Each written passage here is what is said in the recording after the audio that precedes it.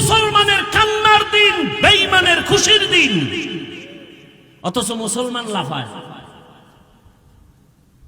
April fool পালন করে। আল্লাহ হেদায়াত। এই কথা বলবে কে? শোনার মানুষ নাই, বলার মানুষ নাই। হিন্দু ফ্যাক্টরির মালিক, ফ্যাক্টরির মালিক হিন্দু, মুসলমান কর্মচারীরা তার ফ্যাক্টরিতে কাজ করে ঢাকায়। হিন্দু ফ্যাক্টরির মালিক বলে মুসলমান টাইম মতো তোমরা তোমাদের ধর্ম অনুযায়ী নামাজ পড়িও, এ বিষয়ে আমি তোমার বেতন কাটবো না, রাগ করবো না। আর মুসলমানের বাচ্চা নিমক হারাম ফ্যাক্টরির মালিক হয়ে বলে নামাজ পড়ে, আমার ডিউটি আগে। এই জন্য ওগো বিল্ডিং এ আগুন লাগে, অগুফরে খোদার গজব পড়ে, গজব। আল্লাহ হেদায়াত দান করুন। গ্রামে তো এই প্রবণতা কম, শহরে ভাড়াটিয়া থাকে, ফজরের নামাজ পড়তে যাইতে পারে না, গেটের চাবি দেয় না মালিক। বহু রিপোর্ট আছে ঢাকার শহরে, বিল্ডিং এর মালিক ফজরে পার্শ্বে মসজিদে যাইতে চায়, মুসল্লিরা পারে না, ভাড়াটিয়া যেতে পারে না, কেচি গেটে তালা লাগানো, চাবি দেয় না। ওর বিল্ডিং এ খোদার গজবের আগুন লাগবে না তো কার বিল্ডিং এ আগুন লাগবে? আল্লাহ। দুইজন স্বামী আর স্ত্রী এক মনে ফজরের সময় স্ত্রী যদি আগে উঠে স্বামীকে ডাক দিয়ে উঠায়, স্বামী যদি আগে উঠে স্ত্রীকে উঠায়, নামাজ আদায় করে, মোনাজাত দেয়, কোরআন তেলাওয়াত করে, গভীর রাতে তাহাজ্জুদের নামাজ আদায় করে। দেখছেন নি মোবাইল ওয়ালারা কেউ রাতে ঘুমায় না, তাহাজ্জুদের টাইম সজাগ, কিন্তু কপাল খারাপ, তাহাজ্জুদ পড়ে না। ডায়াবেটিসের রোগীর গোষ্ঠী ফজরের সময় রাস্তায় হাঁটে, ডায়াবেটিস কমানোর জন্য নিমক হারাম, মসজিদে গিয়ে 4 রাকাত নামাজ পড়ে না। নাই এরকম?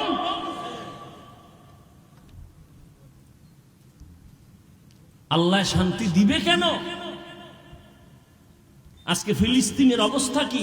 আপনারা মায়ের কোলে আছেন, মনে করেন না বিপদ নাই, কঠিন বিপদ। বাংলাদেশ গোনায় ধরে না, কারণ এটারে খালি একটা চোখ গরম দিলে ঠান্ডা হয়ে যাবে। আপনি কি মনে করছেন এত মাদ্রাসা মসজিদ আপনারা বাইসে যাইবেন? কি মাদ্রাসা? এর থেকে 1000 গুণ বেশি মাদ্রাসা ছিল ভারতের জমিনে। ব্রিটিশ বেঈমানের গোষ্ঠী সমস্ত মাদ্রাসা আগুন দিয়ে জ্বালিয়ে দিয়েছে, হাজার হাজার আলেমকে ফাঁসি দিয়া গাছের সাথে লাশটা ঝুলিয়ে দিয়েছে। সেই ভারতের জমিনের থেকে বাংলাদেশে তো মাদ্রাসা বেশি না। স্পেনের জমিনে 800 বছর মুসলমান শাসন করেছে, 800 বছর। সেই স্পেনে 30 খণ্ড তাফসীর হয়েছিল কুরতুবী। আজকে সেই স্পেনের জমিনে আজান নাই। মুসলমানদেরকে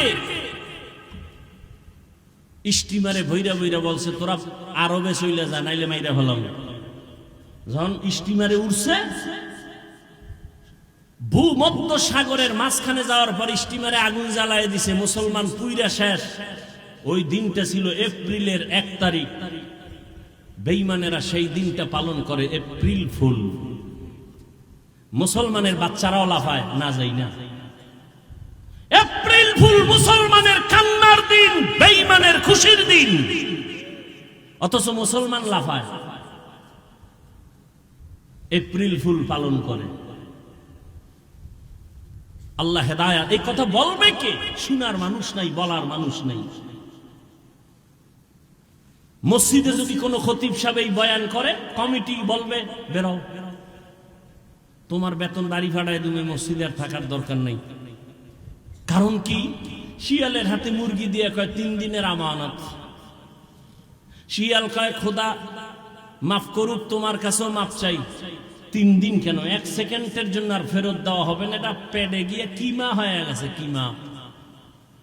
শিয়ালের হাতে মুরগি দেওয়া যেমন বোকামি, ধর্মের চাবি সুদখোর ঘুষখোরের হাতে দেওয়াও তেমন বোকামি। মসজিদের মধ্যে রাজনীতি নিষেধ, কিন্তু বাংলাদেশের সব মসজিদে রাজনীতি বেশি চলে। তাও পচা রাজনীতি। ওয়াজের স্টেজে কোরআন হাদিসের বয়ান হবে, এখানে রাজনীতির বক্তব্য চলে না? চলে না? কথা বলেন। ওয়াজের স্টেজে যদি রাজনীতির বক্তব্য চলে, নেতার নাম থাকে, তো আলেমরা কেন কোরআনের রাজনীতির বয়ান করতে পারবে না? বৈষম্য বিরোধী আন্দোলন গেল কই? আল্লাহ হেদায়েত দান করুন।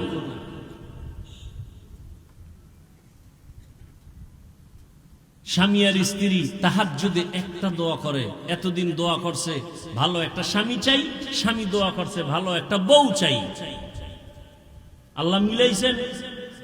এবার এক দোয়া, আল্লাহ একটা নেককার সন্তান দাও। কি সন্তান চাইছেন কোনদিন? মিছা কথা। সন্তান যদি নেককার চাইতেন, স্বামী স্ত্রী ওযু ছাড়া ঘুমাইতেন না। নেককার সন্তানের জন্য তাহাজ্জুদে দোয়া করছে, আল্লাহ দিছে একটা নেককার সন্তান। নাম দুনিয়াতে পেটে আসার পরেই মা দোয়া শুরু, আল্লাহ গর্ভের সন্তানকে তোমার ওলি বানাই। আমগো আম্মা জানেরা দোয়া করে, আমগো আম্মা জানেরা বাচ্চা গর্ভে আসলে টেলিভিশনের পর্দায় বসে থাকে, রাস্তায় রাস্তায় ঘুরে বেগানার বদনজর লাগায়।